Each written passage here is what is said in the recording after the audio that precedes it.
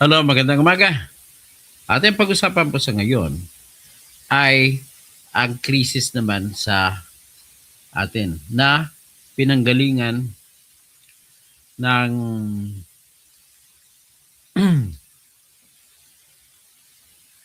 ng lahat na ng krisis.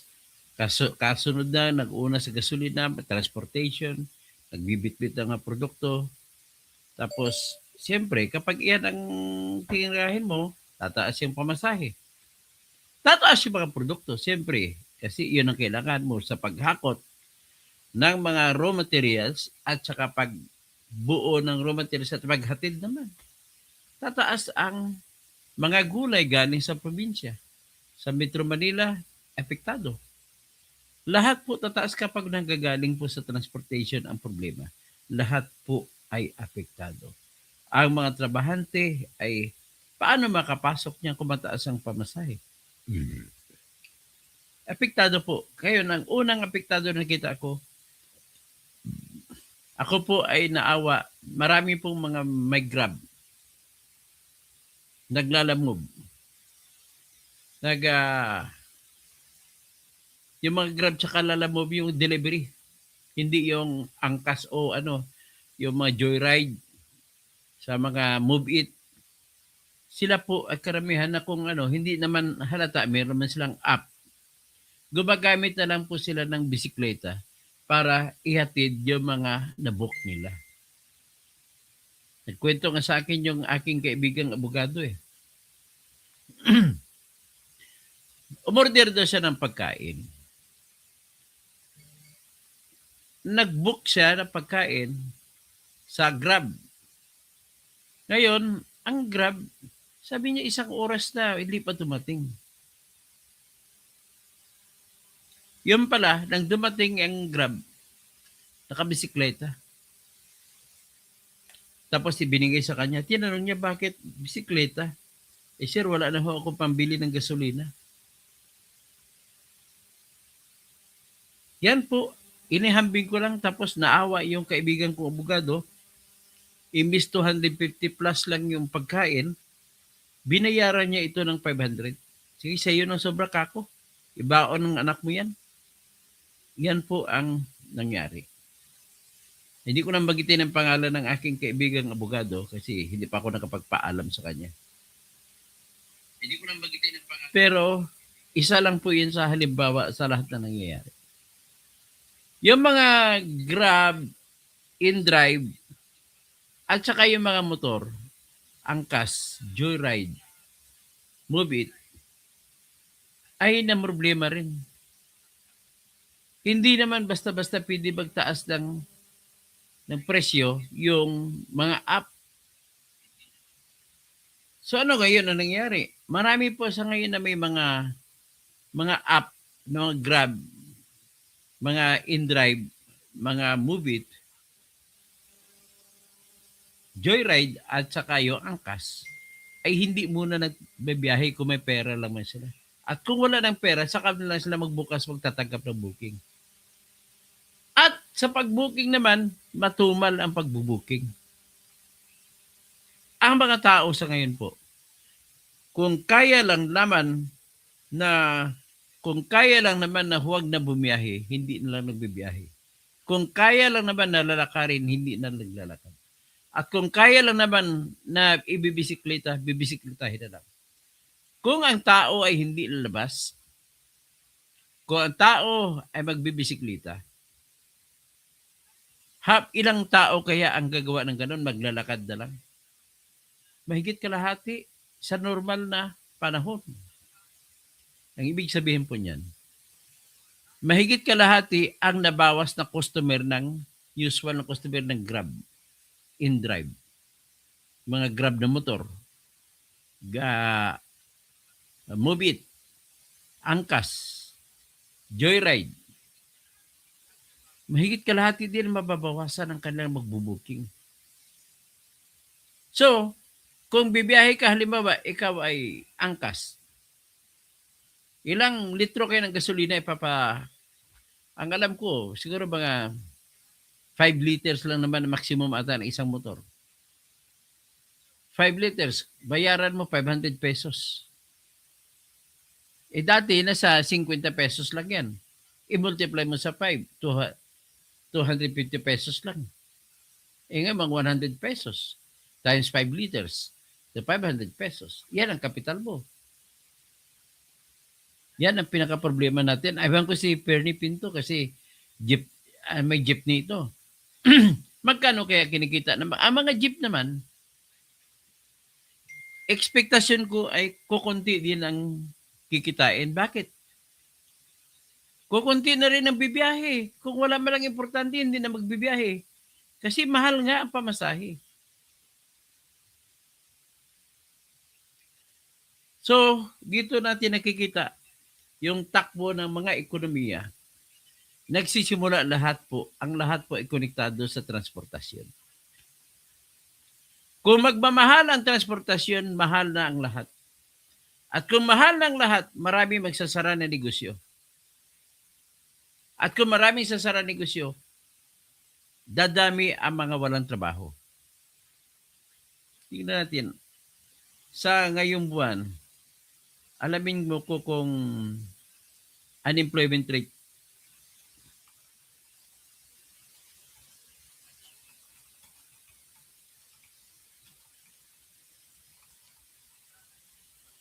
Tingnan natin.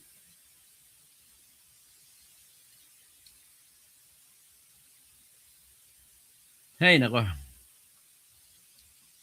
Lumalabas po, yung unemployment rate natin ay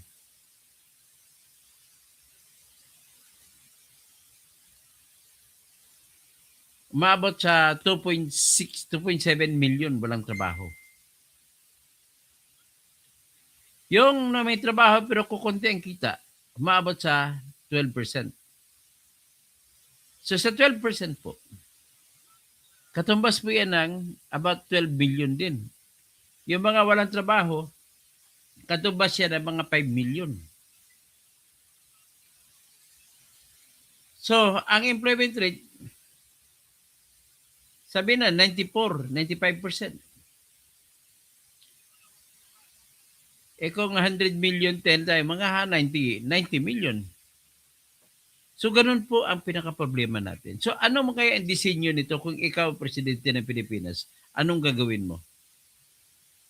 Kung ako ang presidente ng Pilipinas, ang gagawin ko po, simple lang.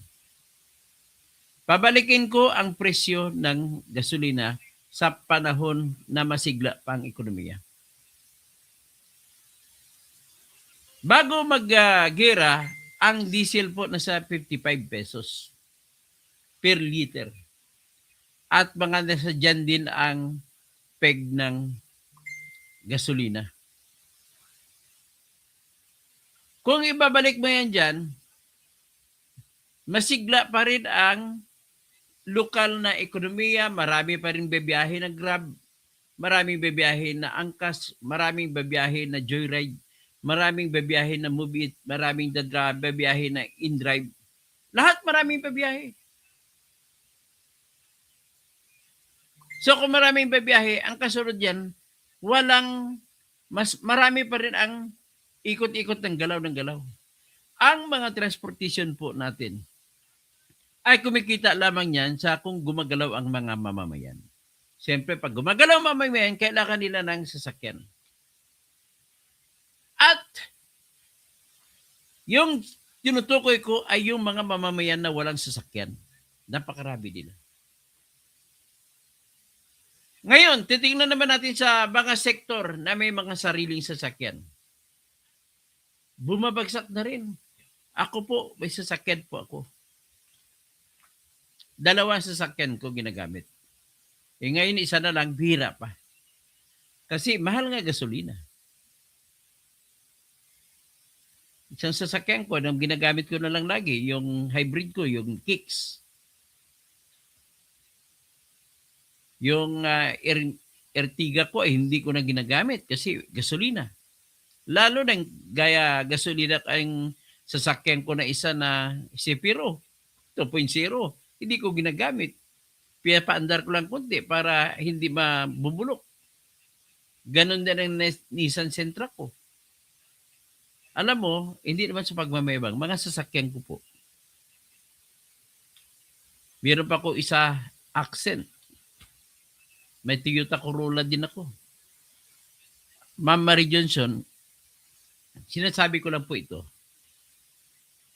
No, kidding aside, mula nung nagtatrabaho ako bilang newsman, editor sa People's Tonight, at naging abogado ako, mga pinundar ko na mga sakyan, meron pa ako, isa pa na Aeon.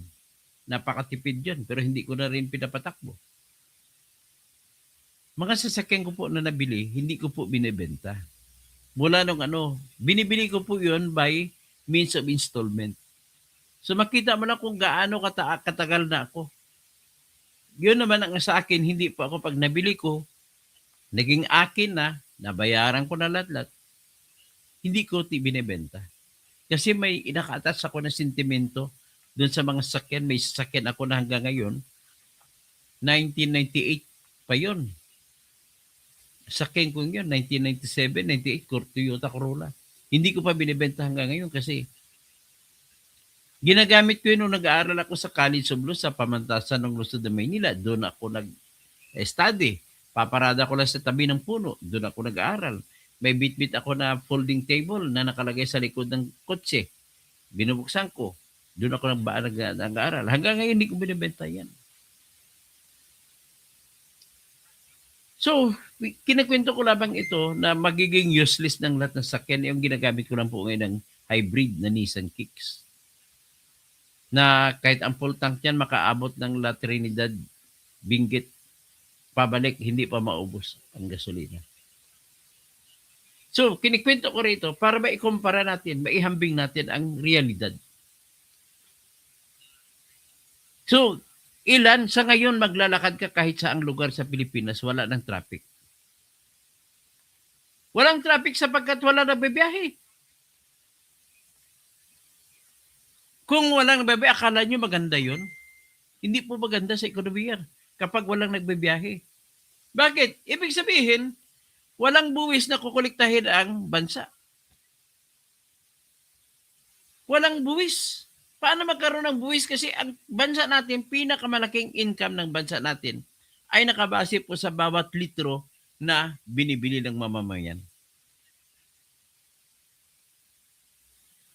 So with that, kahit pa sabihin mo, tanggalan, bawasan mo yung VAT na pinaglalaban nila ni Kiko Barsaga, pinaglalaban nila ni Congressman Leandro Mendoza Libeste, pinaglaban ni Congressman Paulo Marcoleta at Attorney Harold Despicio na Vice Mayor ng Reyna Mercedes Isabela, ay wala ring tulong sa ating ekonomiya. Kahit bawasan mo yung tanggalin mong VAT, tanggalin mo yung excess tax. Mas maganda po kung ako tanungin nyo, sana makinig kayo sa akin, Attorney Harold.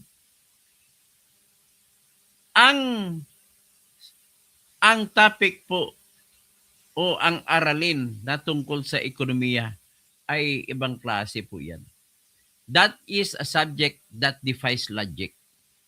Yan pero subject din na hindi mo makakahon sa mathematical problem. Yung mga economic problems, yan ang mga problema na hindi mo rin maikakahon sa kung magaling kahit anong galing mo sa physics. Kagaya ko, line of one, lahat ng grado ko sa physics, math, chemistry, biology, lahat yung mga sciences, hindi natin maikahon. So ngayon, marami nga hindi naglalakad na lang. Naapektahan naman ang mga sektor na mga bumibiyahe, wala na sumasakay. So ngayon, with that, akala mo gagana tayo. Mukhang mali ang solusyon ng ating mga ekonomista. Kung ako po ang presidente na nakaupo dyan, ang gagawin ko po, susundin ko yung modelo ng Indonesia. Ito po sa Indonesia. Sa Indonesia po sa ngayon, ladies and gentlemen, Ang presyo ng gasolina ay 35 pesos kada litro. Ang presyo ng krudo, 23 pesos. Malay mo yan. Bakit ganun? Bakit kaya nila? Ito sa Indonesia. Sa atin, tingnan mo si Indonesia, Yan sa ngayon sila. Indonesia says won't raise fuel price despite Middle East war pressures. Yan, hindi sila nagpa-increase ng presyo. Kung basahin ko ang balita. Indonesia said that it would not increase fuel prices despite rising budget pressure from the war in the Middle East. A government statement sent to Agence France Presse said there would be no increase for subsidized or non-subsidized fuel from April 1 and urged citizens not to panic in reaction to misinformation being spread about a pending price hike. We hope that the public will not panic or feel anxious because we guarantee the availability of fuel. We guarantee it and there is no price adjustment. It quoted presidential spokesman Prasetyo Haji as saying, Indonesia, an oil producer, is nevertheless a net importer and heavily subsidizes fuel and natural gas for domestic consumers. The government has doggedly defended the subsidy which at $12.3 billion represents about 5% of the total annual budget for 2026. Yan sila. 5% ng actual budget. Ang budget ng Pilipinas sa ngayon ay nasa 6 trillion. So what is the 10% of 6 trillion? Ang 1 trillion ay 1,001 billion. So, ang 10% is 100 billion. Ang 5% is 50 billion pesos. So, ganun po ang halaga ng sinasagot ng Indonesia. Kung kaya ng Indonesia, kaya din natin. Ganun ako simple. Ito pa isang report sa Indonesia.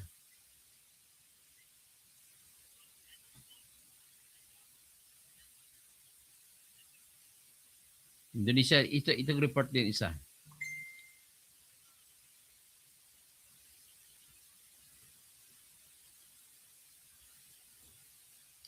Yan. Indonesia to limit fuel. Binilimita lang nila ang pagbebenta pero ang presyo ganun pa rin. Ayan sila. So ngayon, tinignan ko, kinumpute ko, binirify ko sa AI.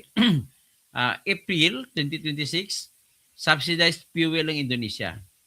Ang binibenta ng brand na Pertalite ay 10,000 rupiah per liter.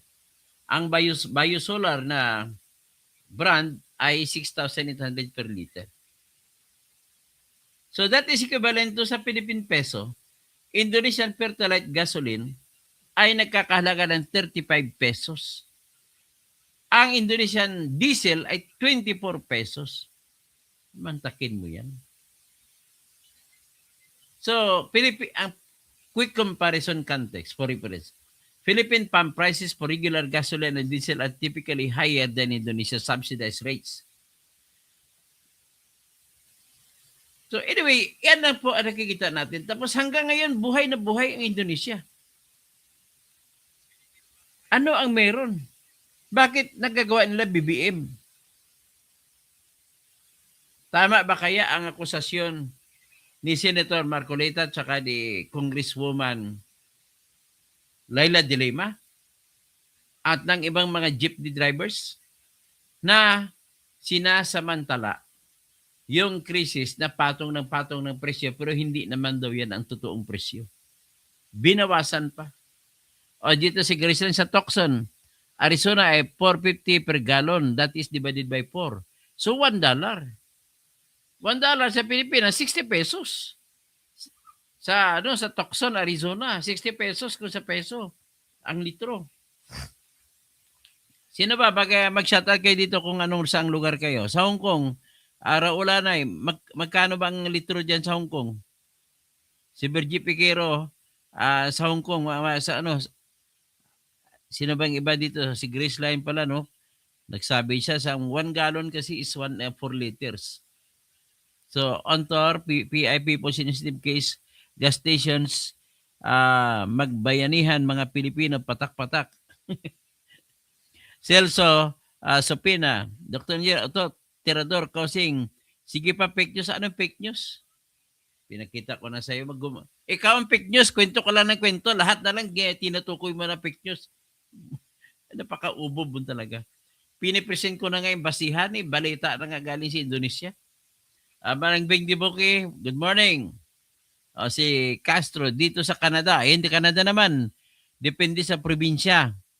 $1.55 per liter. Kung i-convert sa peso ay 67 pesos. Walang ayuda. Walang ayuda sa kanila pero mababa pa rin ang presyo nila. Dapat gayahin natin sinabi ni Ariel Oreta na si kaunlad ng bayan, bisikleta ang kailangan. Tama.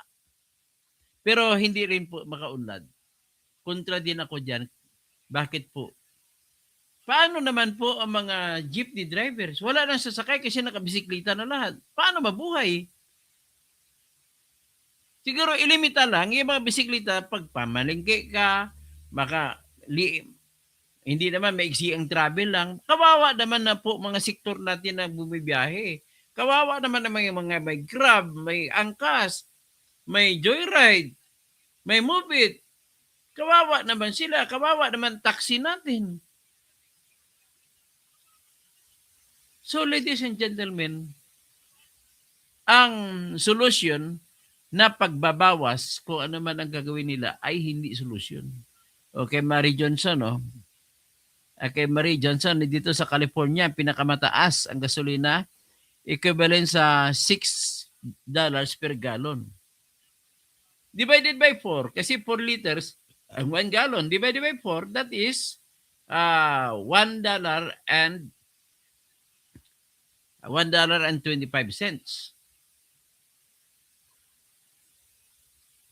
So $1.25 is equals to times 60 pesos na lang. So, plus divided by 4 ang 60, that is 15. So 15 plus 60, 75 pesos. Mataas na yun. Sa atin, 100 pesos na. Anak ng waiting. Saan ka mapupunta dito?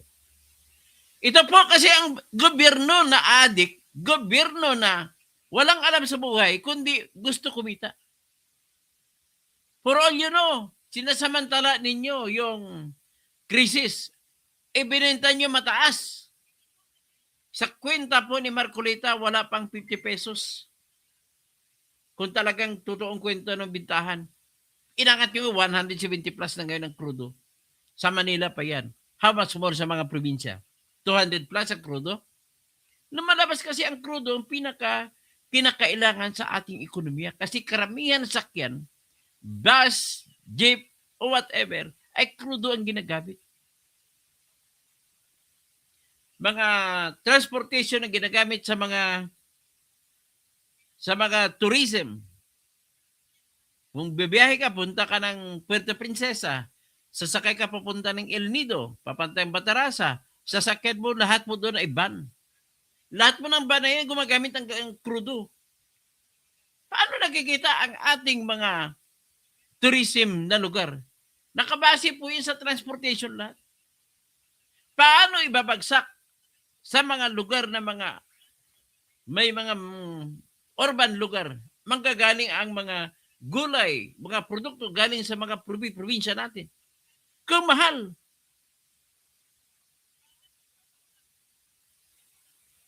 Kung kaya ng Indonesia, bakit di natin kaya? Sa Indonesia, ulitin ko lang, ang presyo po, ito po, pakita ko sa inyo, ang presyo ng diesel at saka gasolina. Equivalent siya sa peso.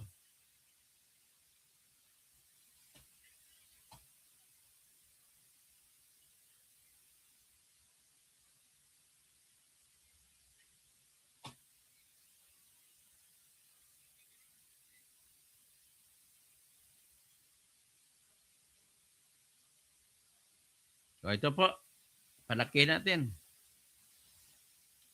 Ang presyo sa Indonesia ay kung rupiya, ang pertalite na or pitalite kung ano tawag niyan ay gasolina 10,000 rupiah. Equivalent sa peso ay 35 pesos and 9 centavos. Ito naman ang biosolar na crudo 6,800 per liter na kung sa peso ay 23 pesos and 86 centavos. Kung nakaya nilang gawin, bakit hindi natin kaya? So ngayon, mag-isip tayo ng ekonomiya. Tulungan niyo ako mag-comment yung babasahin ko. Sabi naman ni Cassandra Daisy, sa may subway at bus system na sa Amerika na gobyerno, na may tulong ng gobyerno, kaya hindi affected ang mga citizens. Tapos si Nathan Ilorbi, bitin bitin patiwarek ang mga may control sa fuel. Thomas Esplana, like and share na tayo. Galit sa trapo, 344 cents per liter sa Australia. Ano value ng Australia? 344 liter. Cents per liter. I-computing ko ha. Australian dollars is how many pesos?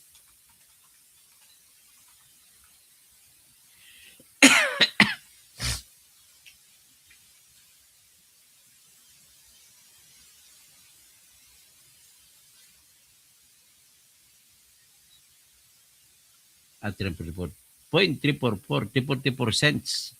So 0.344.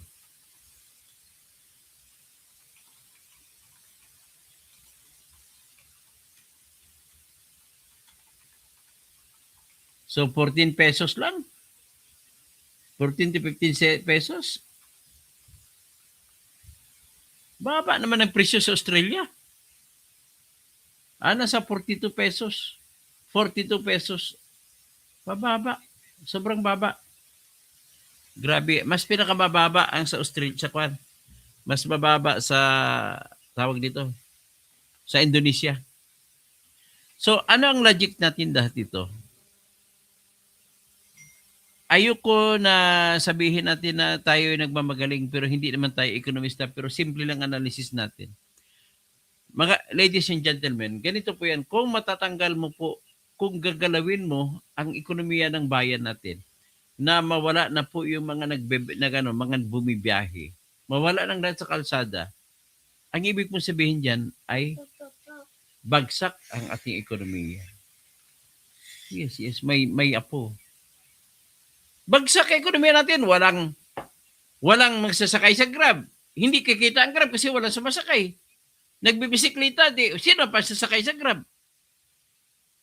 Ay, nako. Kung ako po ang presidente ng Pilipinas, simple lang po ang gagawin ko. Sasaluin ko ang lahat ng presyo na pagtaas kagaya ng ginawa ng Indonesia. Ang ginawa ng Indonesia, sinalo nila lahat ang pag-increase ng presyo. The same pa rin ang presyo pagbebenta. At in that sense, hindi mo maaalis sa kalsada ang mga ikot pa rin ang ekonomiya na lokal. Ngayon, paano kikita ang pamahalaan kasi malaki ang subsidy? Nakita mo, 5% lang ng kanilang budget. Kung 5%, ang budget natin 6 trillion. What is 5%? 50 billion pesos lang. Sasagutin lang natin ang pag-angat ng presyo. Para manatili ang dami, buhay ang mga taxi, buhay po mga Grab, ang Angkas, ang Joyride, ang Move It, buhay din ang InDrive, buhay ang mga taxi natin, ang mga jeepney drivers natin, buhay. Ang mga pasahero, hindi mawawalan ng gana ng bumiyahe. Ang mga turismo natin sa bawat probinsya natin ay patuloy na tatanggap ng mga nagbabakasyon galing Maynila o galing ibang lugar. Ngayon, kikita ang bayan natin sa pamamagitan ng mga transactions na naggumaganap habang tumutuloy-tuloy ang buhay. Magkano ang kikitain ng bansa natin kung patuloy pa rin ang excess tax, ganun pa rin ang ating but hindi bababa po sa 15 pesos per liter ang kikitain. So kung sinulo mo, may babawiin ka ng 15 pesos per liter, kukuha ka naman ng kita na buwi sa iba-ibang transaction kasi tuloy-tuloy ang negosyo. Napakabubo talaga dito mga, saan ba, nagmamayabang pa kayo mga Maring Winnie, pagmamayabang pa, graduate sa UP, graduate sa Ateneo, graduate sa Lasal, asan ang pinag-aralan nyo? Mas magaling pa ba yan kaysa graduate sa National University of Singapore? Number 1 sa buong Asia? Mas magaling pa ba yan kaysa Harvard? Mas magaling pa ba kayo kaysa Stanford? Sa Oxford? Sa Yale? Sa Columbia? Mas magaling pa ba kayo sa produkto ng pamantasan ng lungsod sa likod ng Manila City Hall? PLM? Ng waiting. Tingnan mo, babalik tayo sa panahon ng COVID. Ang bilis ng action ni Digong. Oo, may mga issue ng corruption, pero ang importante, may action ba? Nabakunahan naman lahat ng tao. Nabigyan naman ng pagkain ng lahat kahit walang trabaho. Kasi hindi makatrabaho. Ang mga pagkain, hinahatid sa tahanan, sa pintuan ng bawat tahanan. Bakit hindi magagawa ngayon? Pwede ka naman umutang BBM. Umutang kayo. Umutang kayo sa mga bangko, sa international whatever, para lamang pambayad sa sinalo ninyo na presyo ng gasolina at krudo.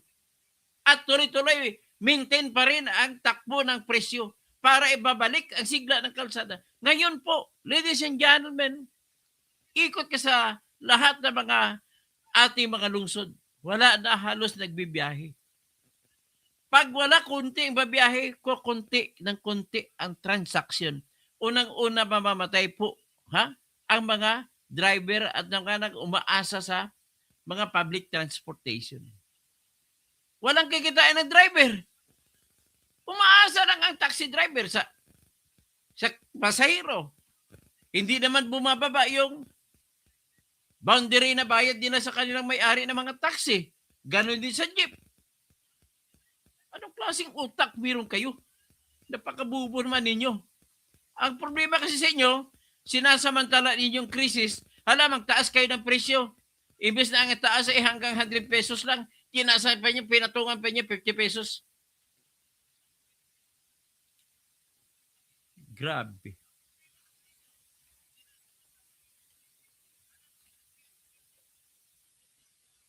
Ito na lang ang sabihin ko. Ikumpara natin sa Indonesia, bakit ang Indonesia ganun ang ginagawa nila. Ilang mag-isang buwan na hindi naman natumba ang ekonomiya ng Indonesia. Tuloy-tuloy. Pag-aralan natin, ano ang ginawa sa The Great Depression sa Amerika noong 1930s? Ano ang ginawa ni Franklin Delano Roosevelt? Ang tawag niyan, The New Deal. Ang ginawa nila, basically, kung ano rin ang ginawa, ang principle behind, kung ano rin ang ginawa ni Obama noong market crash noong 2008. At nag-unlad ang Amerika. Sundin natin ang mga modelo na yan. Ang basic principle dyan ay, kagaya kay Obama, magsasara po ang mga lahat ng pribadong kumpanya sa Amerika. Lalo ng kumpanya ng Chrysler, yung gumagawa ng sakyan, General Electric, ang Ford, at marami pang ibang factory na mga iba-ibang klase. Anong ginawa ni Obama? Pinautang hanggang $1 trilyon ang lahat-lahat ng mga pribado. Walang interest, zero interest. Kaya ang nangyari, nabuhay ang mga factory. At tinulungan ang mga produkto nila na i-advertise sa kung saan-saan. Ngayon, kung ang Pilipinas, kung ako presidente, ang una po ko pong gagawin ay kailangan hindi tataas ang presyo ng gasolina at saka krudo. Wala akong ibang gagawin kundi sagutin ang lahat para one time na lang, wala ng subsidy, wala ng ayuda. Bayaran ko na lang, sige, order kayo ng order, sabihin ko sa Petron, sabihin ko sa Sea Oil, sabihin ko sa Union Oil, sabihin ko sa lahat ng mga nagdinegosyo sa gasolina. Sagot ko lahat ang sobra. Hanggang doon lang ang babayaran nyo. At kung ganun mangyari, hindi tataas ang presyo. The same thing. Walang tao, walang trabaho. Alam niyo ba maraming mga restaurant kayo nagsasara? Marami na po nagsasara ng mga negosyo. Napakabubo kasi. Yan ang puro pagkakitaan. Yan po ang napala natin sa nagbuboto tayo ng presidente na hindi malang preparado ang kanyang utak kung paano atakihin ang ekonomiya. Yan din ang problema. Wala na kang alam kung paano atakihin ang ekonomiya, magaling pa magnakaw. Saka makakita, the biggest unprogrammed funds occurred in 2023, 2024, 2025, abot pa hanggang 2026. Yan ang BBM nyo. At sa report sa Supreme Court ni Benjokno, ang pinakamaliit na unprogrammed funds ay panahon ni Duterte sa 2022. Chill. Sabi ng apo ko, chill. You tell them, you tell them. Tell them. Magagalit ako. Hindi ako magagalit. Okay, sorry. Okay. Okay, pinagalitan ako ng apo ko. Pinagsabihan na huwag magalit. Pinagagalit ako sa ekonomi, sa kabubuhan ng mga leader natin. Magnanakaw pa, gawa pa ng paraan na yung kaso laban sa pagnanakaw ay bababasura. Ngayon, sino na lang ba ngayon na nagsasabi, nag-uusap? Mayroon pa ba ngayon nagkikwentuhan ng tungkol sa mga flood control? Wala na.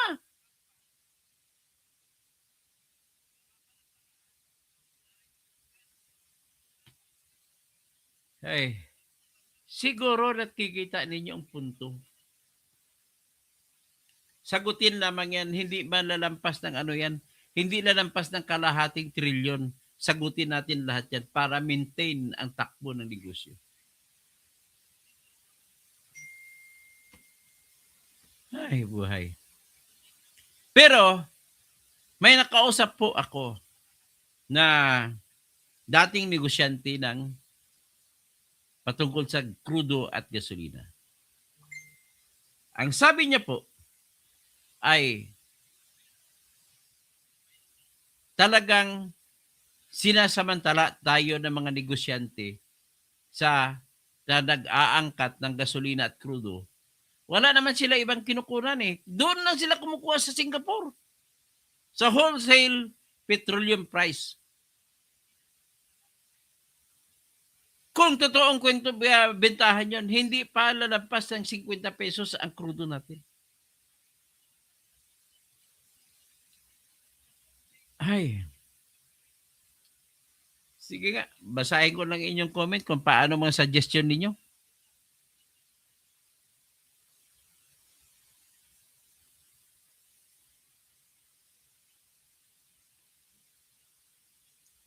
Naintindihan niyo ba gusto ko mangyari? Come what may, dapat hindi mo ginalaw ang takbo ng ekonomiya, mga negosyo, dapat walang magsara ng mga restaurant, walang magsara na kung ano ng mga negosyo. Dapat walang mga sektor na mga driver na umaasa sa mga pasahero na mawawalan ng kita. Imagine mo, magtanong kayo sa kaibigan ninyo, kamag-anak ninyo na taxi driver. Tanong ko sa kanila kung ilang pasahero pa ba nila makukuha nila. Mahal na nga ay yung krudo o gasolina nila, wala pa silang pasahero makukuha. Halos. Okay lang yung mga Grab, InDrive, mga motor taxis natin. Kasi ang gagawin lang na para hindi gagastos sa gasolina, sa, gagawin na, papatayin lang nila.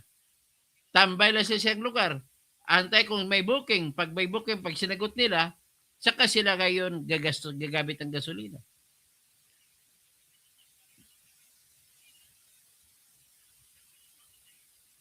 Yan po ang economics ng gastos. Dapat ikot ng ikot.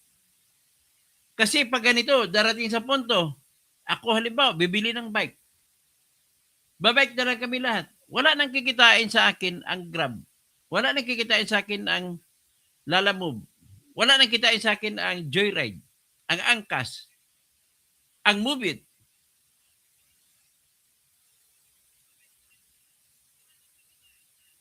Ang Food Panda. Siyempre, lalakarin ko na lang. Ibis na order ako sa online ng pagkain, lalakarin ko na lang.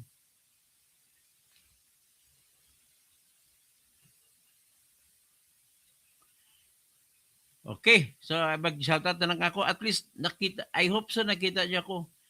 Ang ginawa po na prinsipyo, ginamit ni Franklin Delano Roosevelt noong Great Depression ng 1930 sa Amerika at ginamit din na prinsipyo, sinunod din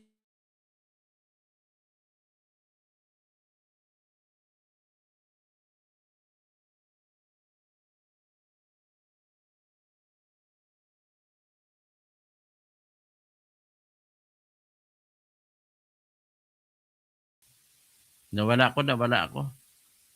Anyway, balik naman ako.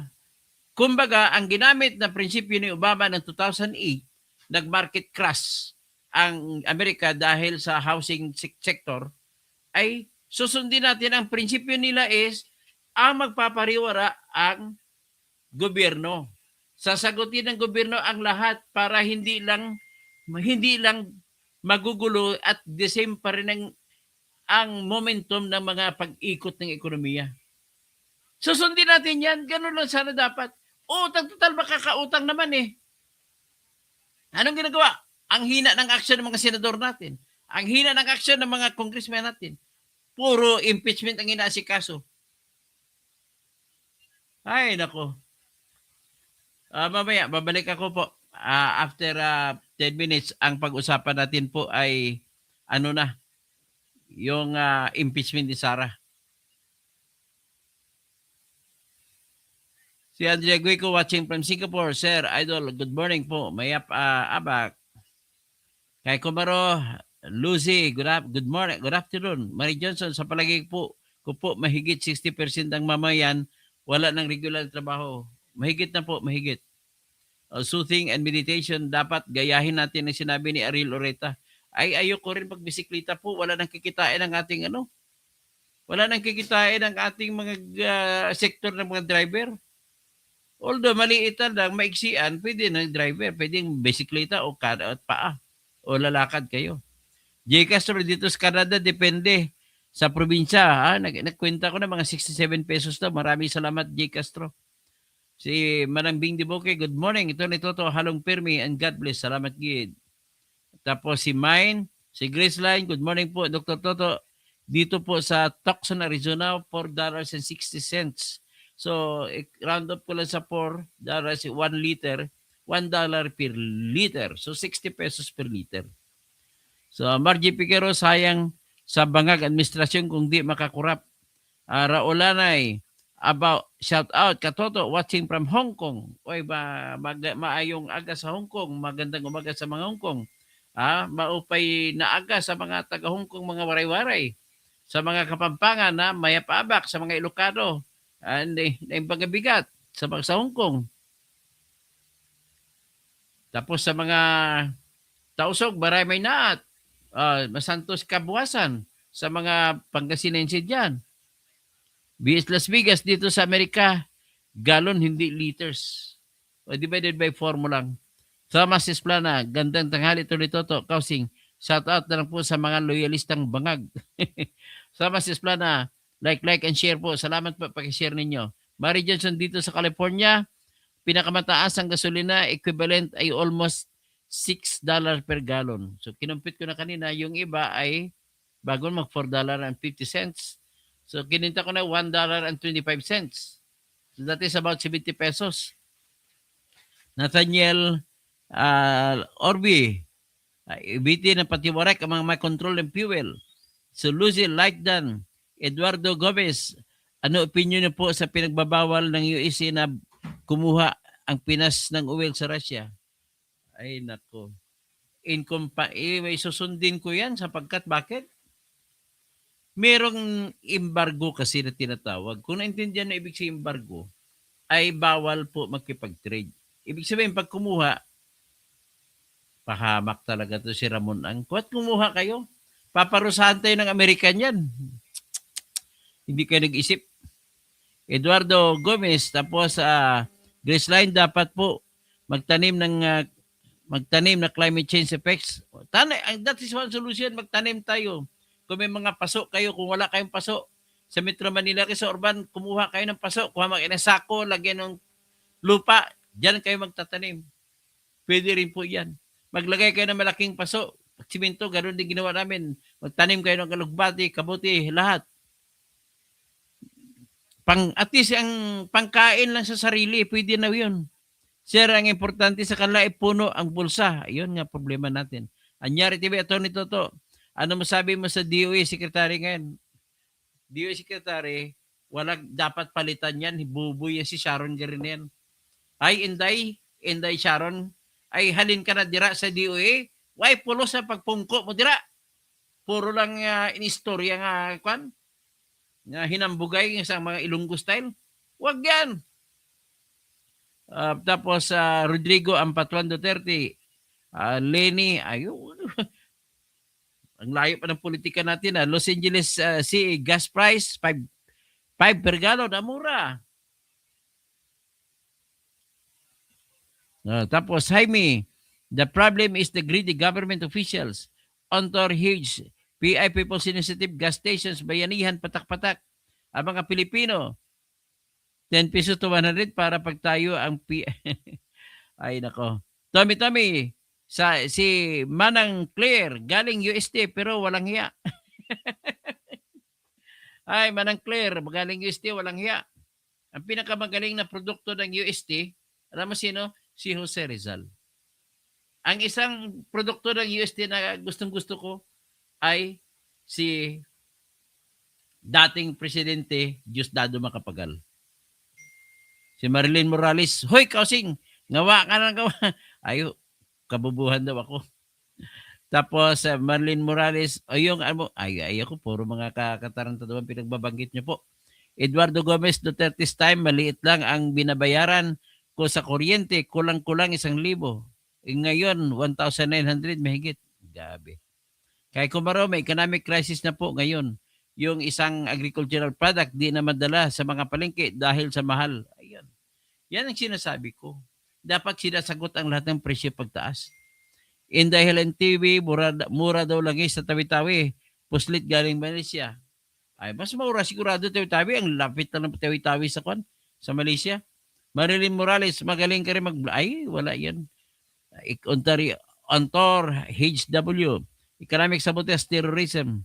Tapos Honda Bigo, hoy Toto Kausing, please tuliin mo na si Tumotorgo, Kirat Inso, Bunyog Congressman ko no. Ka naman, wag ka naman niya biga magalait ng ibang tao. Salvi Mungkas, watching from Missouri, USA. Dito sa amin, abang baba ng presyo. Wala pang $1 sa Missouri. Nako. Wow, si Bato, sabi niya, Honda Biga. Ayun. Toto Kausing, please maba ka. Magpa-hair polyptol test ka. Okay. Kawawa mga Pilipino sa nangyari ngayon. Nelson Calako, Jerry Diases, no audio. No audio ba? Meron pong audio eh. Calako si Bato, Cassandra Daisy, BBM. Ba? Tapos si Malimbondok, Ariel Trujillo. Ikaw, supply crudo sa Pilipinas para sundin. Mga pilosopo kasi, Hindi ko welcome yung mga comment na pinulosopo, ha? Ayoko ng mga pilosopo. Marlin Bondok, ingat ka dyan, Dok Attorney. Ang syndicate ng mga naglalakad sa fuel price increase, pareho sinasabi ni Kapersi na naglilibot ni Marcos. Yan. Hanggang dyan na lang. Magandang umaga po sa inyong lahat. Babalik po ako in 10 minutes. I'll talk about impeachment.